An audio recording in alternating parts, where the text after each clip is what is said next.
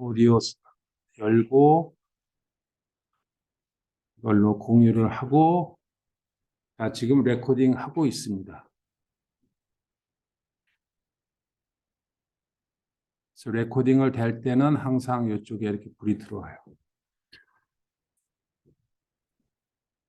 자, 오늘 2023년 3월 8일입니다. 두 번째 수업인데 본격적으로 오늘부터 수업을 시작을 하도록 하겠습니다.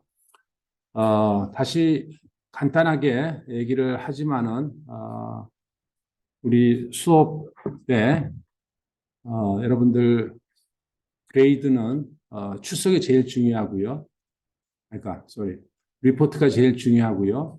30%, 그 다음에 중간고사, 기말고사, 그 다음에 출석 반드시 하도록 하십시오. 혹시나 출석을 피치 못할 경우에는 지금 줌으로 다 녹화를 하고 그 다음에 업로드를 하기 때문에 그거를 복습할 때도 꼭 활용을 하도록 하세요. 아셨죠? 네. 자, 카톡을 통해서, 그리고 카톡에는 반드시 지금 들어오셔야 됩니다.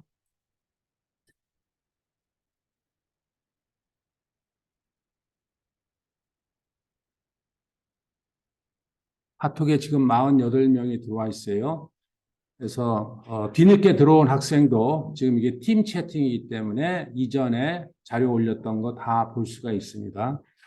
그래서 그 강의 계획서하고 그다음에 강의 노트입니다.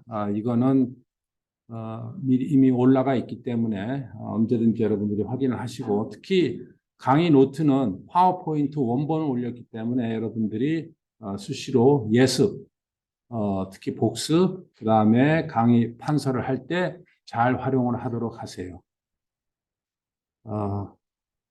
그리고 리포트는 이 카톡방에 올리시면 됩니다.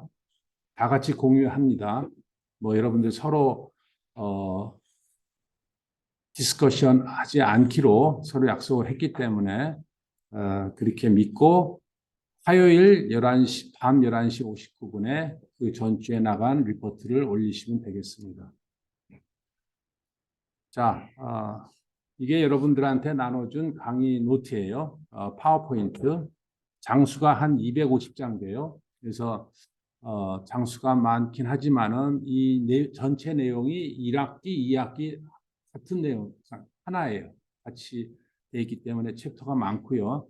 챕터가 1부터 14까지 돼 있고요. 위에 Solid Mechanics 1 해서 챕터 1, 2, 3, 4, 6, 8, 9, 10 이 1학기에 들어갈 내용입니다. 그래서 여러분들이 앞으로 어떠한 내용이 갈 거다라는 거 강의 계획서에도 설명이 돼 있습니다.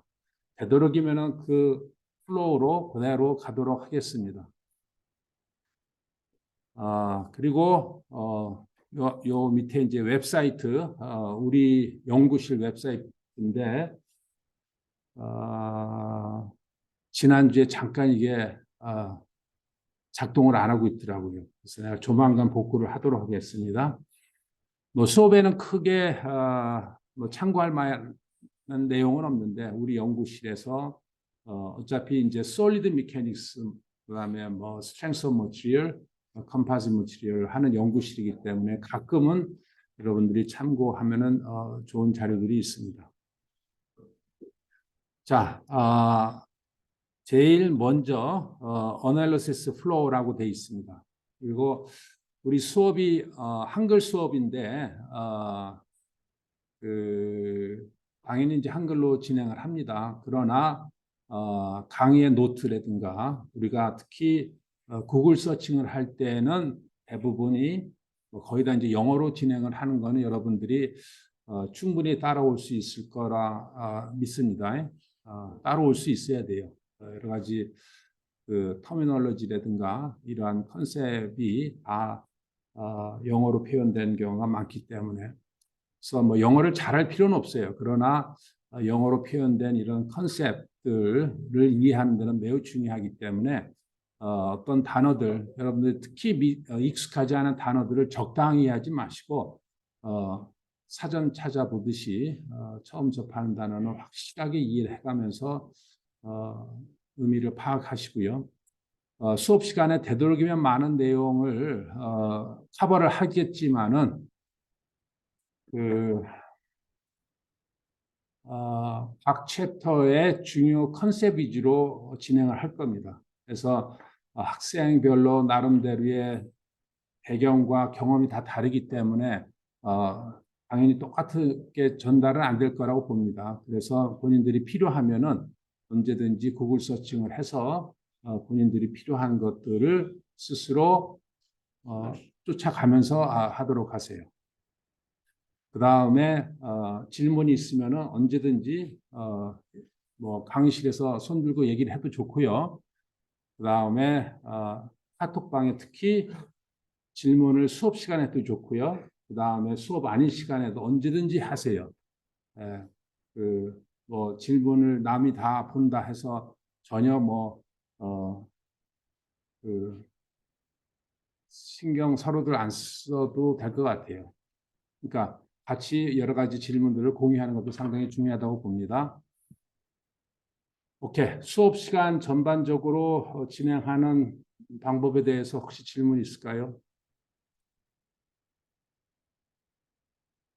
네, 혹시 질문 있으면 아까처럼 얘기했듯이 카톡이나 언제든지 질문하도록 하세요. 자,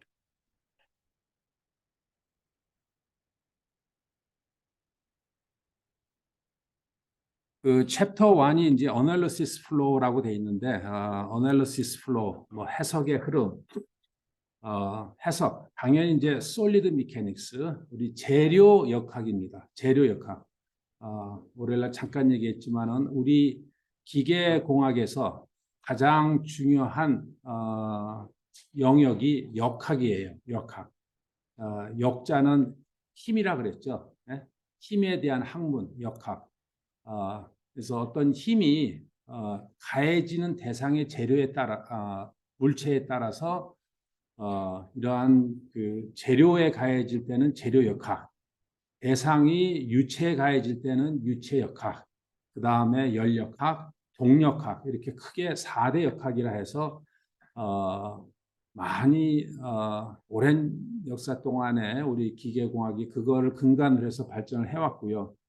뭐 지금도 마찬가지고 매우 중요한 주제가 되겠습니다. 그래서 대부분 지금 2학년이고 이 전공을 아마 재료역학이 지금 처음일 겁니다. 그래서 그 4대 역학 중에서 제일 먼저 재료역학을 여러분들이 접하게 될 것이고요.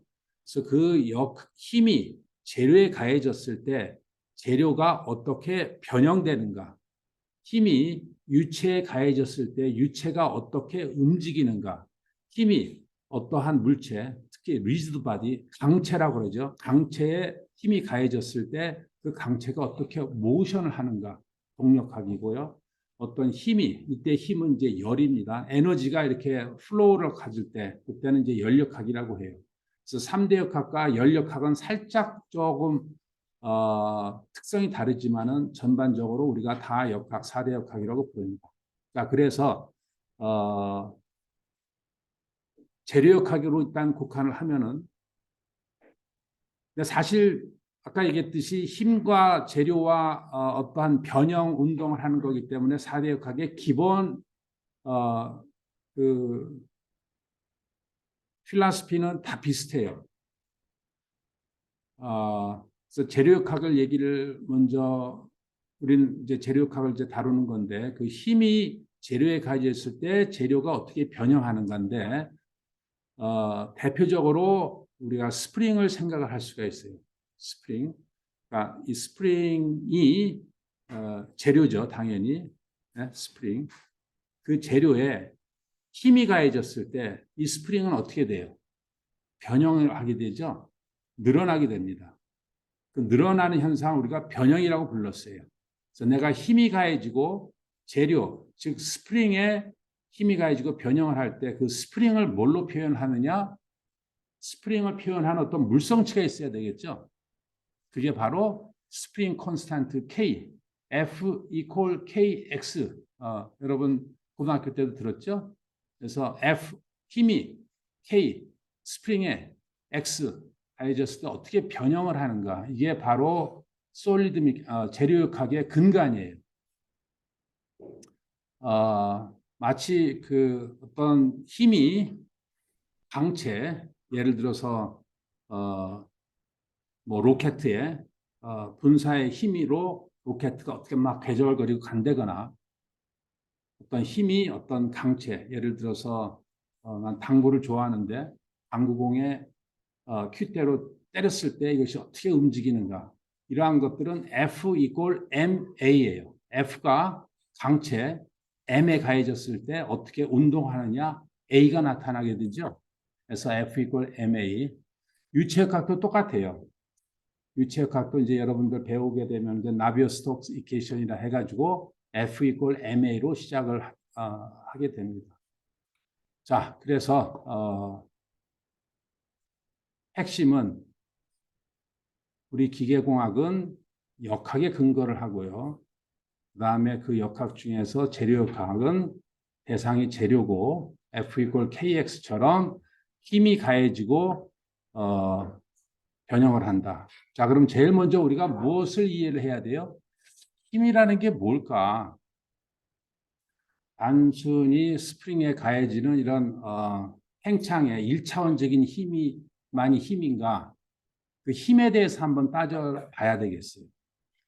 물론 여러분들이 1학년 때 정역학 배웠죠. 네? 정역학. 그래서 정역학이에요. 그것도 역학이에요. 근데 정자가 무슨 자예요? 가만히 그 스태틱한 그러한 힘이 이제 정역학인데, 우리 재료역학은 그러한 스태틱한 힘이 어떤 물체에 가해졌을 때 힘들이 가만히 있진 않아요. 왜? 그 물체가 어떻게 됩니까? 변형을 하게 되죠. 그래서 그 물체를 변형시키는 힘이에요. 어찌됐든 힘들이라는 것이 무엇이 있는가? 넓게 얘기를 하면은 그 힘이 우리가 자동차를 설계를 한다면 자동차에 가해지는 힘이라는 게 무엇이 있을까? 뭐 당연히 자체에 무게가 있을 것이고, 그 다음에 막 달릴 때 바이브레이션, 충돌이라든가 이런 그 바이브레이션 힘들이 이제 들어오겠죠. 뭐 있어서는 안 되지만은 충돌, 엄청난 힘으로 충돌이 될 수도 있겠죠. 그래서 안전 같은 거. 그래서 뭐 때로는 힘이 뭐 그리 중요하냐라는 생각도 할 수 있겠지만은 그렇지 않아요. 힘처럼 자연을 대표하는 물리량 중에서 힘이 매우 매우 중요합니다. 자연의 현상을 표현하는 게 힘이 있고, 뭐 전기적인 그 전기가 있을 수가 있고, 그다음에 뭐 케미칼 프로퍼티가 있을 수가 있겠지만 힘이 매우 중요하고요.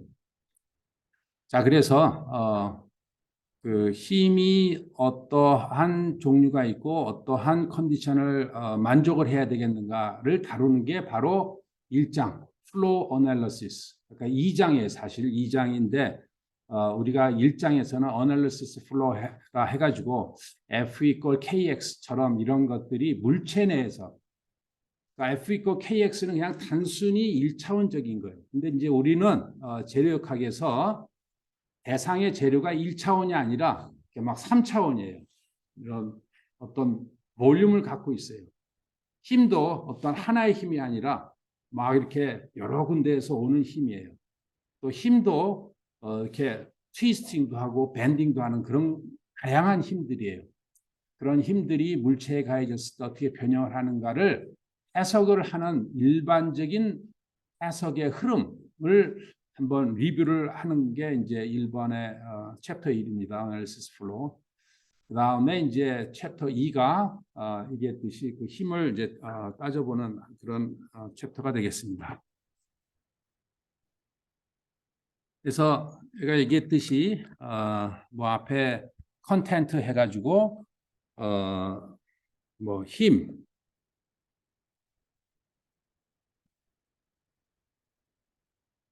force, 그 다음에 material 했으면은 K가 되겠죠. 그 다음에 deformation 해서 F 이꼴 KX에 대한 이 흐름을 해석을 어떻게 할 것인가 라는 것을 얘기를 하고 있습니다.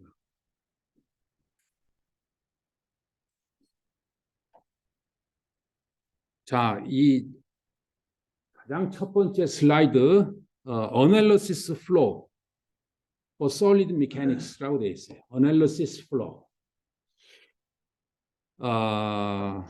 Analysis 해석의 흐름이에요. 어떤 체계적인 방법을 해석을 함에 있어서 체계적인 흐름을 이해를 해야 되는데 이게 일단 뭐 각각의 이게 빨간색으로 표시되어 있는 게 force, materials, deformation이라고 되어 있죠. 그 다음에 중간에 equilibrium condition, stress less than strength, stiffness, strain, deformation condition, 그다음 맨 오른쪽에 strength라고 되어 있어요. 자, 당연히 여러분들 이거를 처음 볼 겁니다. 그렇죠? 이 왼쪽에 몇 개예요? 하나, 둘, 셋. 가운데 줄에 몇 개예요? 하나, 둘, 셋, 넷, 다섯. 오른쪽에 몇 개예요? 하나. 3, 3, 5, 1이라고 부를게요. 이 3, 5, 1 플로우가 우리들 재료역학의 흐름, 해석의 흐름을 가장 중요한 컨셉을 표현한 겁니다. 그래서 여러분들이 앞으로 재료역학 1, 재료역학 2를 수업을 함에 있어서 항상 이 컨셉을 이해를 하고 있으면은 매우 여러분들이 한테 유용할 겁니다. 마치 우리가 어디에서 어디로 가는데 지도가 필요하듯이 바로 이게 지도의 역할을 해줄 겁니다. 그래서 어떤 문제를 풀면 있어서 처음에는 막연할 수 있겠죠. 그래서 하나하나 따져가면서 여러분들이 이 흐름을 이해를 가이드를 받고 이해를 하게 되면은 나중에는 이러한 것이 얼마나 유용한가 여러분들 이제 공감을 할 겁니다. 자, 내가 편의상 내가 여기다가 이렇게 분리선을 이렇게 할게요. 그 이유는 왼쪽 force, materials, deformation은 우리가 눈으로 볼 수 있는 외부의 관찰이 가능한 거기 때문에 그래요. 외부라 하면은 자, 일반적으로 어떤 이렇게 물체가 있다고 합시다. 어느 물체도 좋아요. 이게 뭐 자동차도 좋고 자동차에 있는 타이어라고 생각을 해줘도 좋고요. 뭐 배터리라고 생각을 해줘도 좋고요. 그 다음에 이게 뭐 비행기의 어떤 날개라고 생각을 해줘도 좋고요. 뭐 브리지, 다리의 어떤 일부분이라고 생각, 어떤 것, 여러분들이 앉아 있는 책상이라고 생각을 해줘도 좋습니다. 의자. 자, 그러한 재료에 힘이 이렇게 가해집니다. 예? 힘이 이렇게 가해지고요. 그 다음에 그러면은 이 재료가 어떻게 됩니까? 제가 변형된 모습을 도트로 표현하면은 아주 미소하거나 자, 어찌됐든 이렇게 변형을 할 수가 있겠습니다. 자, 그래서 다시 얘기했지만은 이 화살표 힘들이 무엇이고 어떻게 가해질 수 있는가, 어떠한 종류가 있고 대상의 재료가 어떻게 표현이 돼야 되고 그리고 이것이 어떻게 변형이 돼야 되는 것을 다루는 학문이 우리 재료역학이에요. 계속 얘기를 이제 반복을 하게 되는데요. 그래서 아까 얘기했듯이 이 세 개의 컨셉이 force, materials, and deformation 마치 크게 얘기해서 F, K, X equal F equal KX라고 생각을 해줘도 좋아요.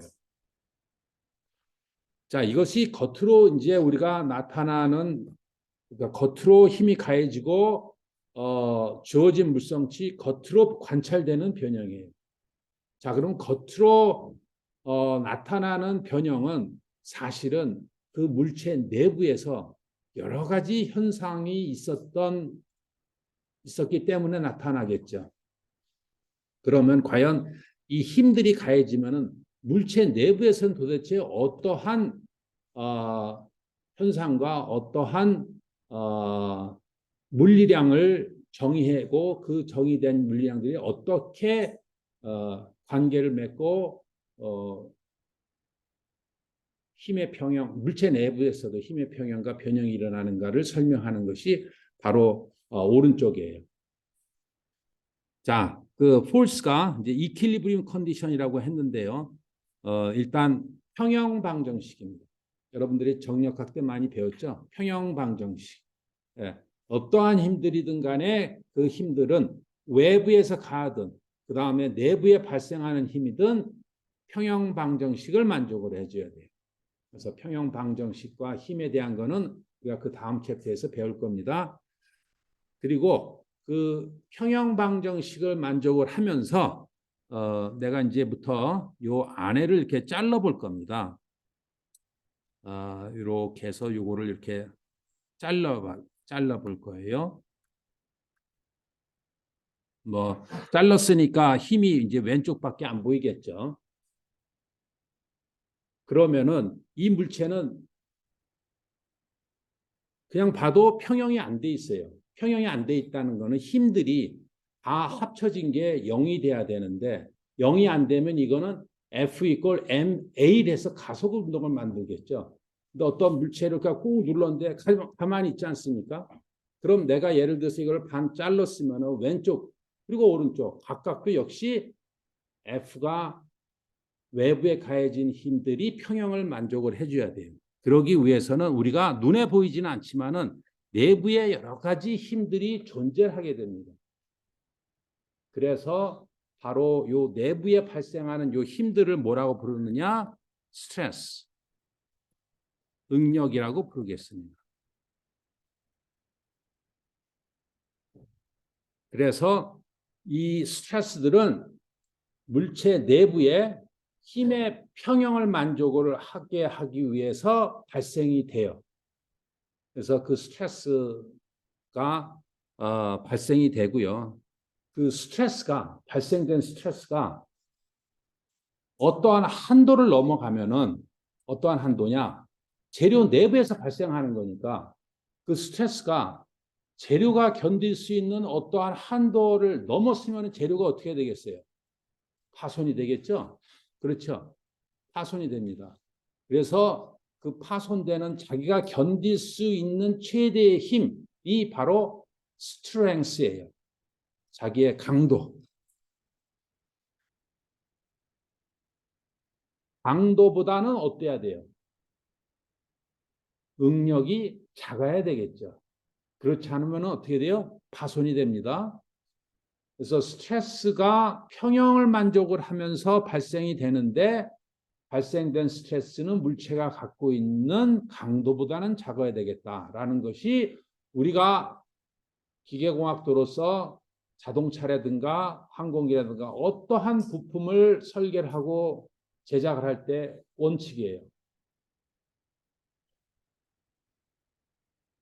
자, 그래서 이제 스트레스라는 것들이 이제 발생이 되고 스트레스가 스트렝스보다 작다는 거 자 이해됐습니다. 자, 다시 이제 밑으로부터 시작을 한번 해봅시다. 밑에는 뭐냐면 디포메이션이라고 그랬어요. 자, 이제 힘이 아닙니다. 변형이에요. 변형이라는 것이 이제 물체가 마치 이제 고무가 이렇게 누르면 이렇게 쭉쭉 그 변형이 되듯이 그런 변형입니다. 그래서 어떤 힘 때문에 이렇게 변형을 했어요. 그 변형이 항상 여러 가지 조건 때문에 변형을 제약을 하게 됩니다. 아직 내가 컨셉으로만 얘기를 할게요. 구체적인 예는 이제 슬슬 드릴게요. 디포메이션 컨디션, 항상 제약의 조건, 변형의 제약 혹은 변형의 제약. 그래서 디포메이션 컨디션, 디포메이션 뭐 컨스트레인트 뭐 이러한 것들로 내부에서 어떠한 변형을 일어나는데 만족을 해줘야 됩니다.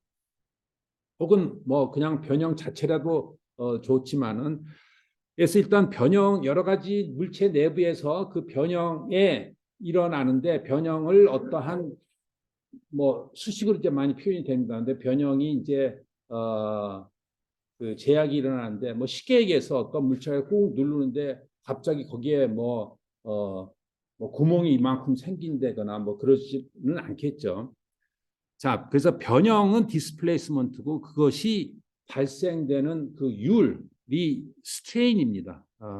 이것이 변형 율이에요. 율.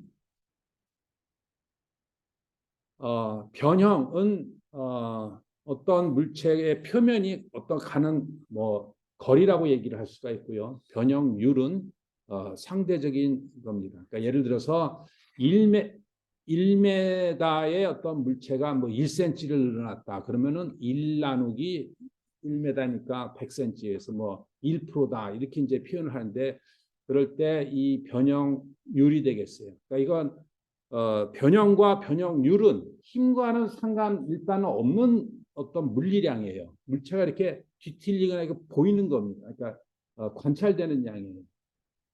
힘은 여러분들이 눈으로 볼 수 없어요. 그렇죠? 힘을 어떻게 보겠습니까? 자, 그런데 요 앞에서 얘기하는 이 스트레스 힘과 관찰되는 이 스트레인이 바로 관계식을 만족을 하게 됩니다. 어떤 관계식이냐? 바로 그 재료가 갖고 있는 강성, 스티프니스에 의해서 이게 이제 강성이라고 부릅니다. 그래서 응력 이퀄 강성에다가 곱하기 뭐 변형률 이렇게 컨셉을 잡으시면 되겠어요.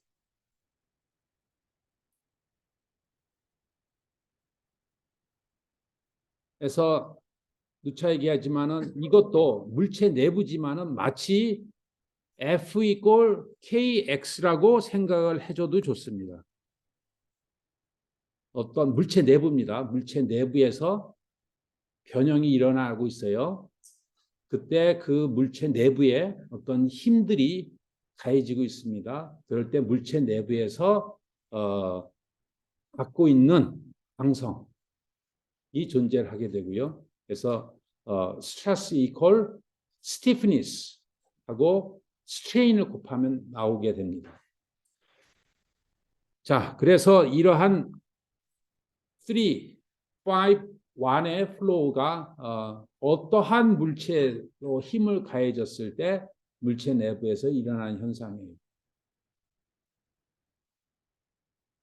여기서 자 물체라고 했는데 그 물체에서 그 물체의 물성치가 바로 요 스티프니스가 되겠어요. 강성. 그 다음에 또 재료가 갖고 있는 고유의 물성치가 여기에서 어떤 거겠어요?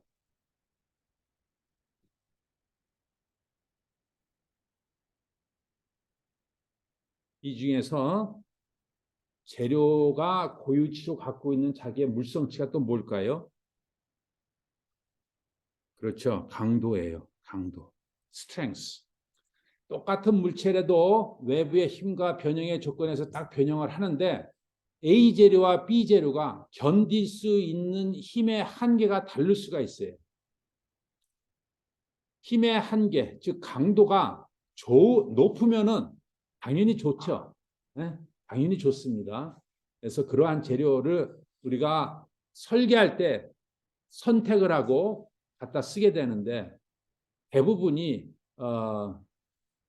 강도가 높으면요 밀도 무겁고 그 다음에 가장 핵심인 비싸요. 우리 설계자가 해야 되는 일은 그냥 펑션을 잘하고 아주 그냥 팬시한 어떤 그런 재료를 만들고 부품을 만드는 거에다가 이코노믹한 즉 코스트 이펙티브한 것을 항상 염두에 둬야 돼요. 여러분들 그런 말이 좀 생소하죠. 재료 잘하면 되는데 왜 갑자기 뭐 비용 얘기를 하느냐 하는데 우리 엔지니어는 어떠한 설계를 그러니까 어떠한 용도에 맞춰서 우리가 부품을 제작을 할 때 그 제품이 당연히 안전성과 퍼포먼스가 있어야 되지만은 제일 중요한 바텀 라인은 코스트 이펙티브 해야 돼요. 가격에 가격적인 매력이 있어야 돼요. 매우 중요한 사실입니다. 여러분들이 이제 기계공학을 졸업을 하고 취업을 하고 또 공부를 함에 있어서 인더스트리가 여러분들한테 기대하는 가장 첫 번째 조건이 사실 코스트 이펙티브한 설계를 할 수 있느냐예요. 뭐 배터리를 설계를 하든 뭐 자동차, 항공기, 뭐 자전거, 그다음에 여러분 셀러폰, 뭐 컴퓨터 뭐가 있을 수가 있을까? 뭐 거의 어떤 제품이든 다 코스트 이펙티브한 성능을 확보할 줄 알아야 되겠어요. 그러기 위해서 우리가 그 재료가 항상 힘을 받게 되고 힘이 돼서 변형이 됐을 때 이것이 파손이 되지 않고 오랫동안 10년간 정도 쓸 수가 있어야 되겠죠. 그래서 그러한 견딜 수 있는 강도의 재료를 선택을 하고 때로는 물체 내부에서 만들어지는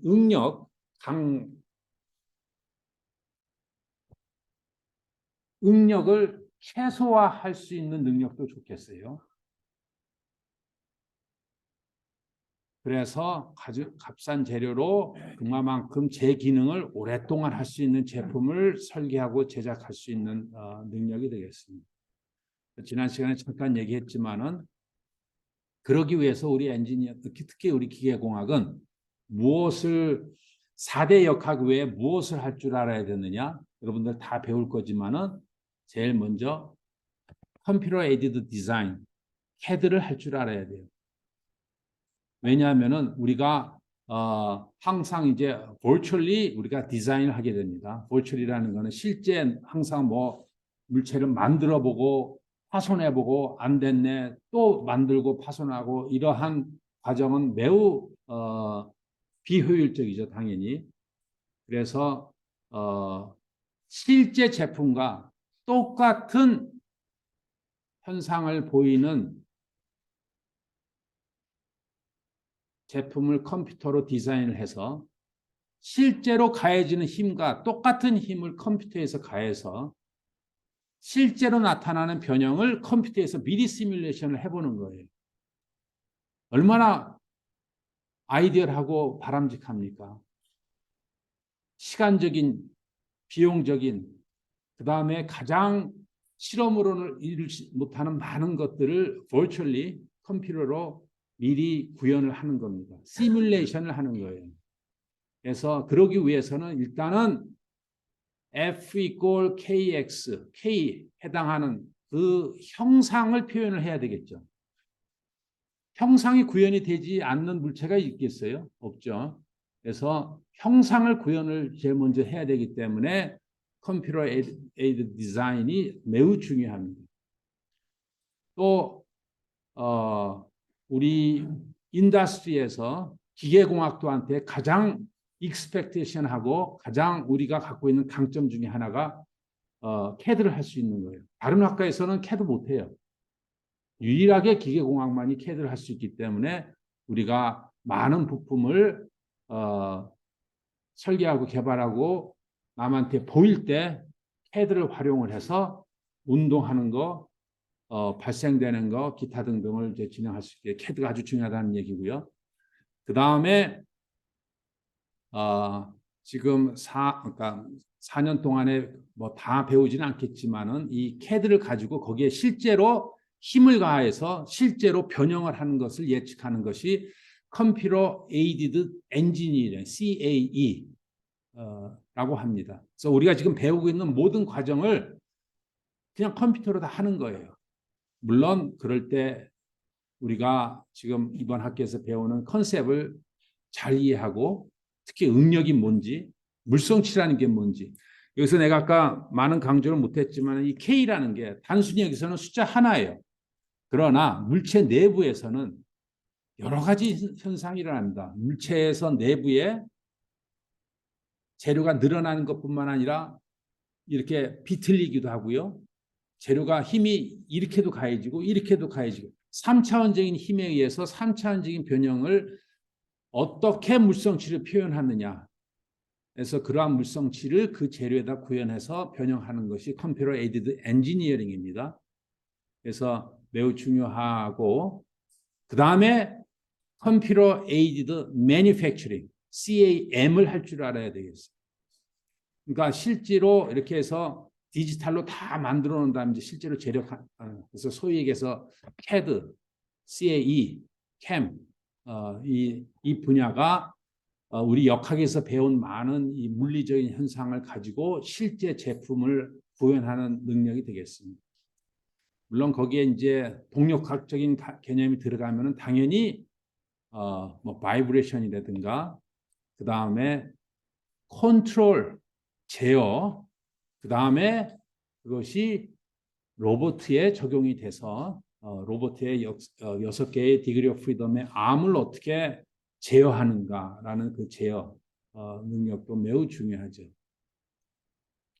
자, 지금 내가 얘기한 요러한 분야들이 거의 기계공학에 답니다. 그래서 여러분들이 2학년이기 때문에 내가 특히나 강조를 하고 여러분들이 어떤 그러한 분야를 미리 익히고 그리고 앞으로 2학년, 3학년, 4학년을 진행을 하면서 가끔 유튜브나 어떤 자료를 접할 때 이러한 것을 미리 인지를 하고 자료에 접하거나 혹은 계속적으로 신문지상에 여러 가지 얘기가 나옵니다. 이런 관련해서 뭐 새롭게 재료가 뭐 개발이 됐다라든가 뭐 그래핀이라든가 뭐 어떤 로봇이라든가 요새 뭐 현대자동차나 뭐 전 세계적으로 심지어 테슬라도 뭐 로봇 가지고 막 지금 난리를 치고 있죠. 그래서 왜 그래야 되는가? 그러니까 결국 우리가 배우고 있는 기계역학의 이 개념과 거기다가 플러스 우리 좀 철학적인 얘기입니다만 우리 인간이 갖고 있는 욕구와 마저 들어가면서 욕구를 충족시키고 욕구뿐만 아니라 이제 사회에서 익스펙테이션 하는 어떤 그러한 기대치, 뭐 에너지를 줄여야 된다거나 자연 환경을 보호를 해야 된다거나 이러한 트렌드에 맞춰서 우리 기계공학에 할 수 있는 분야를 계속 찾아가면서 우리가 컨트리뷰션 해주는 것이 우리 기계공학 엔지니어들이 해야 될 일입니다. 그래서 하여간 그 많은 영역 중에서 재료역학이 매우 중요한 큰 역할을 하고 있다라는 것을 강조를 하고 싶어요.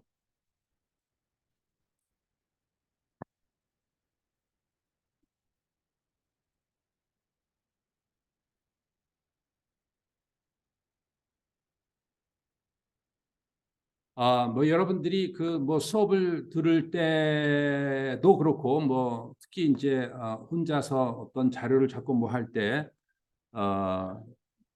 그 네이버 서치를 하든 뭐 구글 서치를 하든 뭐 전 세계에 흩어져 있는 정보가 사실 여러분 손에 있어요. 그 정보를 적절하게 적절한 단어로 끄집어내는 능력이 매우 중요합니다. 지난 시간에도 잠깐 뭐 챗 GPT에 대해서 얘기를 했죠. 그것을 적절하게 단어를 던져서 구체적으로 하면은 던진 것만큼 그대로 정보가 옵니다. 자, 어쨌든 예를 들어서 다 할 수 있는 거지만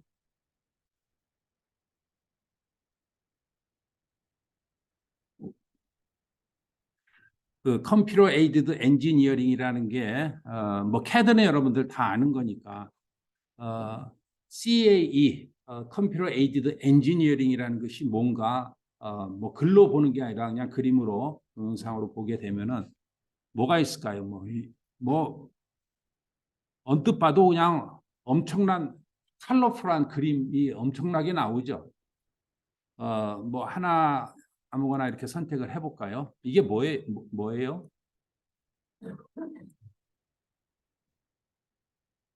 어떤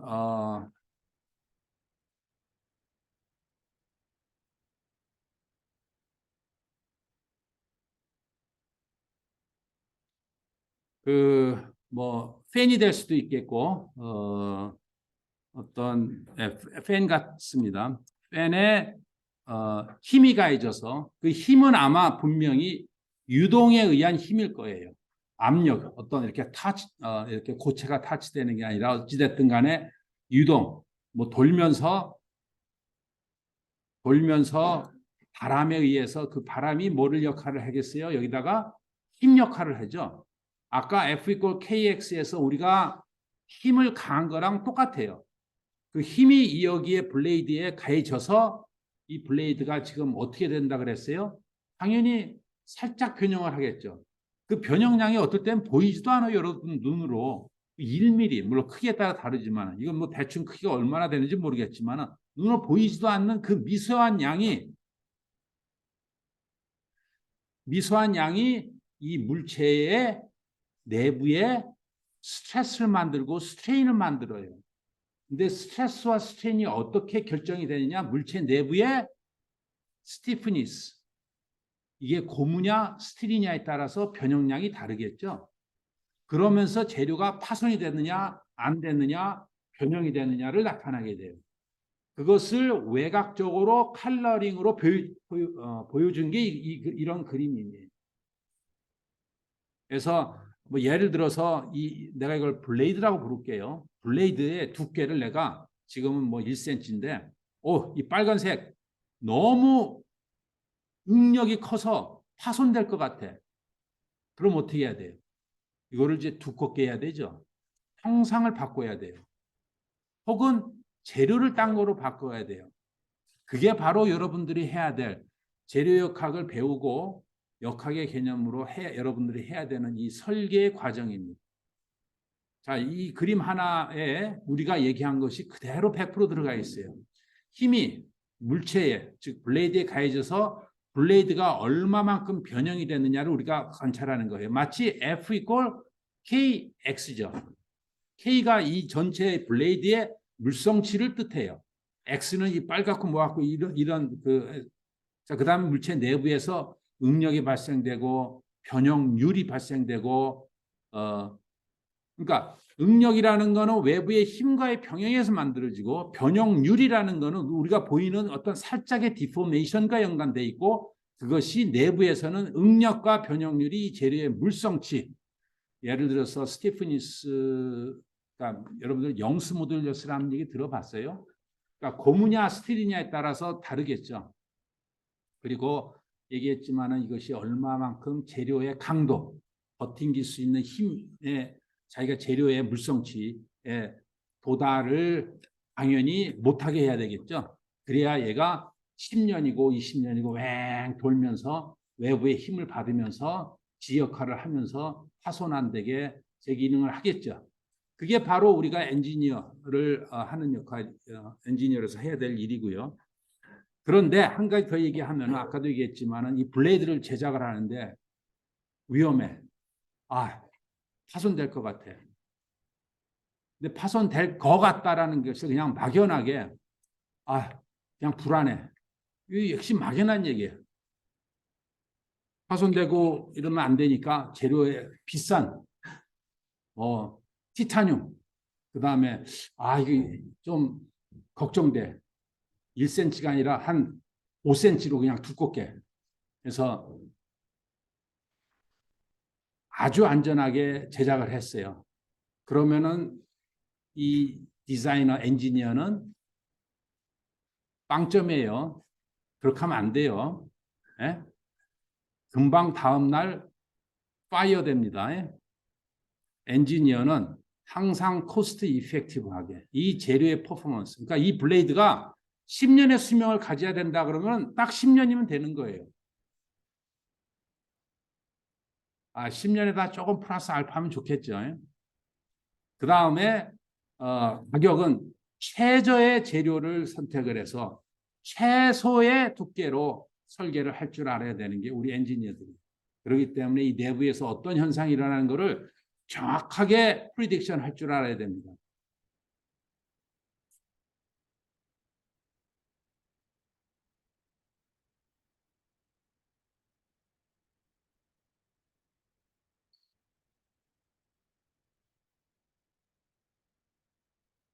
그 외에 뭐 여러분들이 잘 아는 이게 뭡니까? 아이빔이죠. 아마 아이빔이 어떤 힘을 위해서 지탱하고 있겠죠.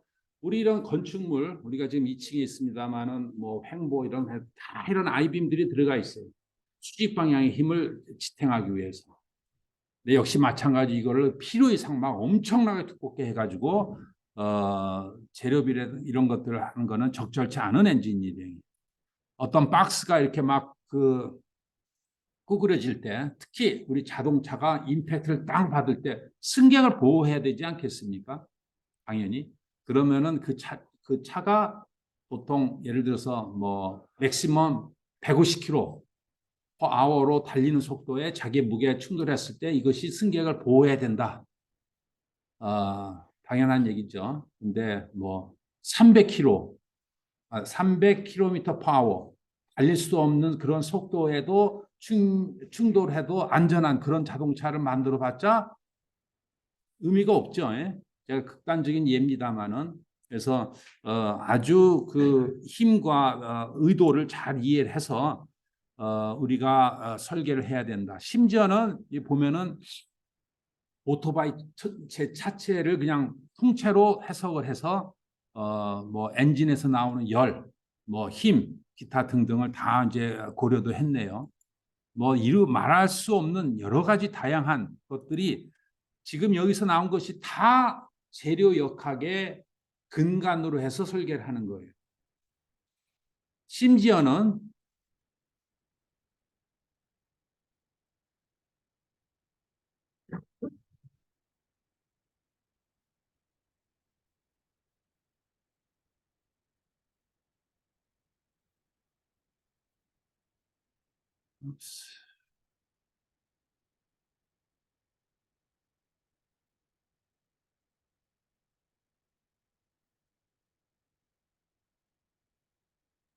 심지어는 우리의 인체 구조도 구조물이에요. F 이퀄 K에 해당해요. F가 뭐냐?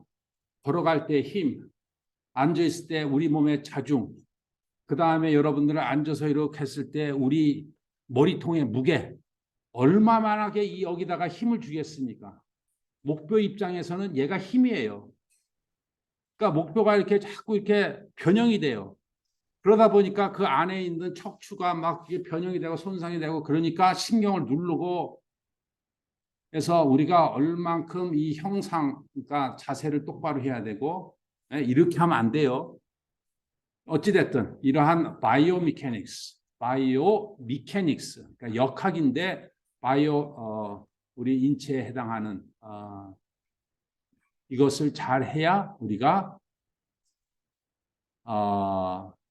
예를 들어서 로봇을 개발한다거나 혹은 우리가 인공 바이오 메디컬 디바이스를 한다거나 설계한다거나 이제 그럴 때 매우 중요합니다. 이게 지금 척추입니다. 척추를 요 뒤에 이게 뭡니까? 뼈가 이렇게 이게 바로 목뼈예요. 요 앞에가 요것이 측면에서 본 거고요. 요것이 정면에서 본 거예요. 그래서 동그란 것이 바로 여기고요. 뒤에 이렇게 오돌토돌한 거 있죠. 그게 바로 여러분들 누르면 여기가 오독오독 이게 좀 볼록볼록 돼 있죠. 예? 그게 다 여기 또 줄로 이렇게 연결돼 있죠. 그게 그 리가먼트라 해서 리가먼트로 다 연결돼 있습니다. 어쨌든 이거는 뭘까요? 여러분들이 걸어 다닐 때 발에 걸리는 여러 가지 힘이 되겠죠. 그러니까 걸어가니까 당연히 이제 집안에서 힘이 받고 그 다음에 머슬이라든가 여기 안에 있는 뼈들이 이제 변형을 하겠죠. 역시 마찬가지예요. 뼈에 가해지는 힘이 자기가 견딜 수 있는 힘 이상 들어가면 어떻게 돼요? 뼈 부러질 수밖에 없어요.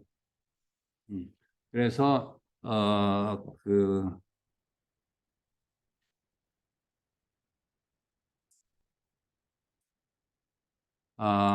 이거는 이제 그 우리 척추 사이사이에 요것이 척추 추간판이라 해가지고 소위 얘기는 디스크. 여러분들 디스크란 얘기 많이 들었죠? 척추라든가. 이 하다가 물건을 확 들 때 여기서 척추에 바로 요 디스크가 말랑말랑한 고무예요. 그래서 척추 사이사이에 말랑말랑한 고무가 있기 때문에 우리가 이렇게 뛰어도 그 다음에 걸을 때 우리 몸에 심한 충격이 없이 근데 이것을 이제 설계도 하고요. 그 다음에 뭐 기타 등등. 이거는 뭡니까? 여러분 엉치에서 무릎까지 연결시켜주는 힙스템이라고 해서 우리 몸에서 제일 기다란 뼈예요. 이것이 그림이 아마도 이게 힙스템을 인공 힙스템을 많이 개발을 합니다. 그러니까 이게 엉치뼈에서부터 부러지는 경우가 많아요. 그래서 요 엉치 여기가 360도 완전 이렇게 볼 앤 소켓 조인트죠. 예? 이게 엉치 뼈고 이게 이제 이 힙스템이면은 또 위에 동그란 게 완전히 볼 앤 소켓 조인트 한번 빠져요. 근데 여기가 보통 이제 그 괴사가 일어나면 이걸 딱 잘라서 쇠를 받고 이렇게 딱 하는 그런 거를 설계를 합니다. 요새는 이런 바이오미케닉스와 3D 프린팅과 결합이 돼서 우리 인체에 예를 들어서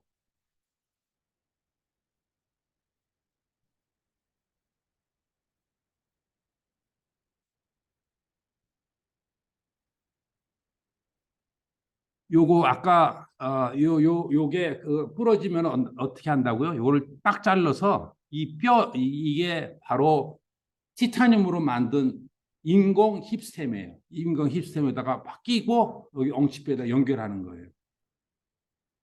얘기를 아까 3D 프린팅 잠깐 얘기했는데 옛날에는 이러한 힙스템 이게 기존의 제품으로 한 네다섯 가지로 딱 픽스돼서 나왔어요. 그런데 요새는 3D 프린팅 기술 때문에 환자가 있으면 환자를 그 자리에서 스캐닝 해가지고 그 환자의 가장 최적적인 형상을 그 자리에서 프린트해서 심을 수가 있어요.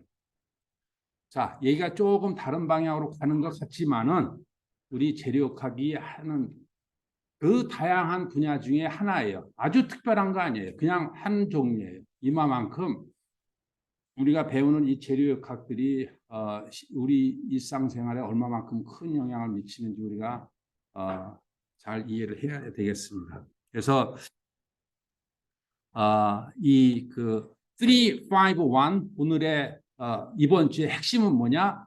요 351을 여러분들이 이해를 해야 되고 이해는 달리 얘기해서 여러분들이 남한테 설명할 수 있어야 돼요. 외운다고 표현하면 좀 그렇지만 외워서 남한테 설명할 수 있을 정도로 익숙해지는 게 오늘 이번 주에 여러분들이 꼭 하셔야 할 일이 되겠습니다. 뭐 그 다음에 뭐 이거를 가지고 우리 재력하게 똑같아요. 아까 얘기한 요게 뭐예요? 아까 3, 5죠? 5개. 예, 그 과정이 우리 재력학에서 배우는 그다음에 샤프트, 그러니까 토크죠. 빔, 밴딩이죠. 어떻게 수학적으로 연결되는가를 쭉 설명을 해주는 거고요. 그다음 그거예요. 그래서 플로우라는 거는 결국 외부와 내부 이 힘과 변형, 물성치 요 세 가지가 어우러져서 통합적으로 나타나는 현상이 바로 재래역학입니다. 오케이? 그래서 이거를 배우는 목적은 우리가 물체를 설계를 해서 제품화하기 위한 능력을 키우는 거다라는 것이 오늘의 주제의 핵심이겠습니다. 질문. 자,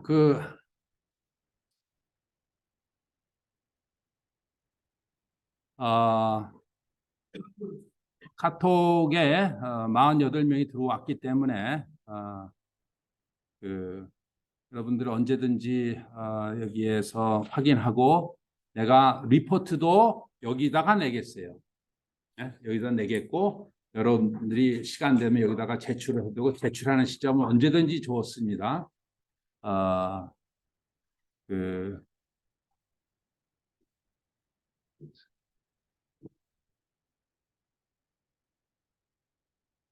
자, 오늘 수업은 여기까지 하고요.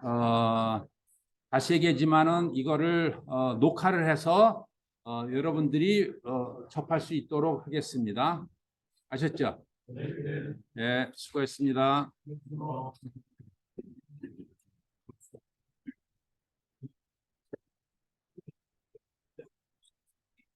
리포트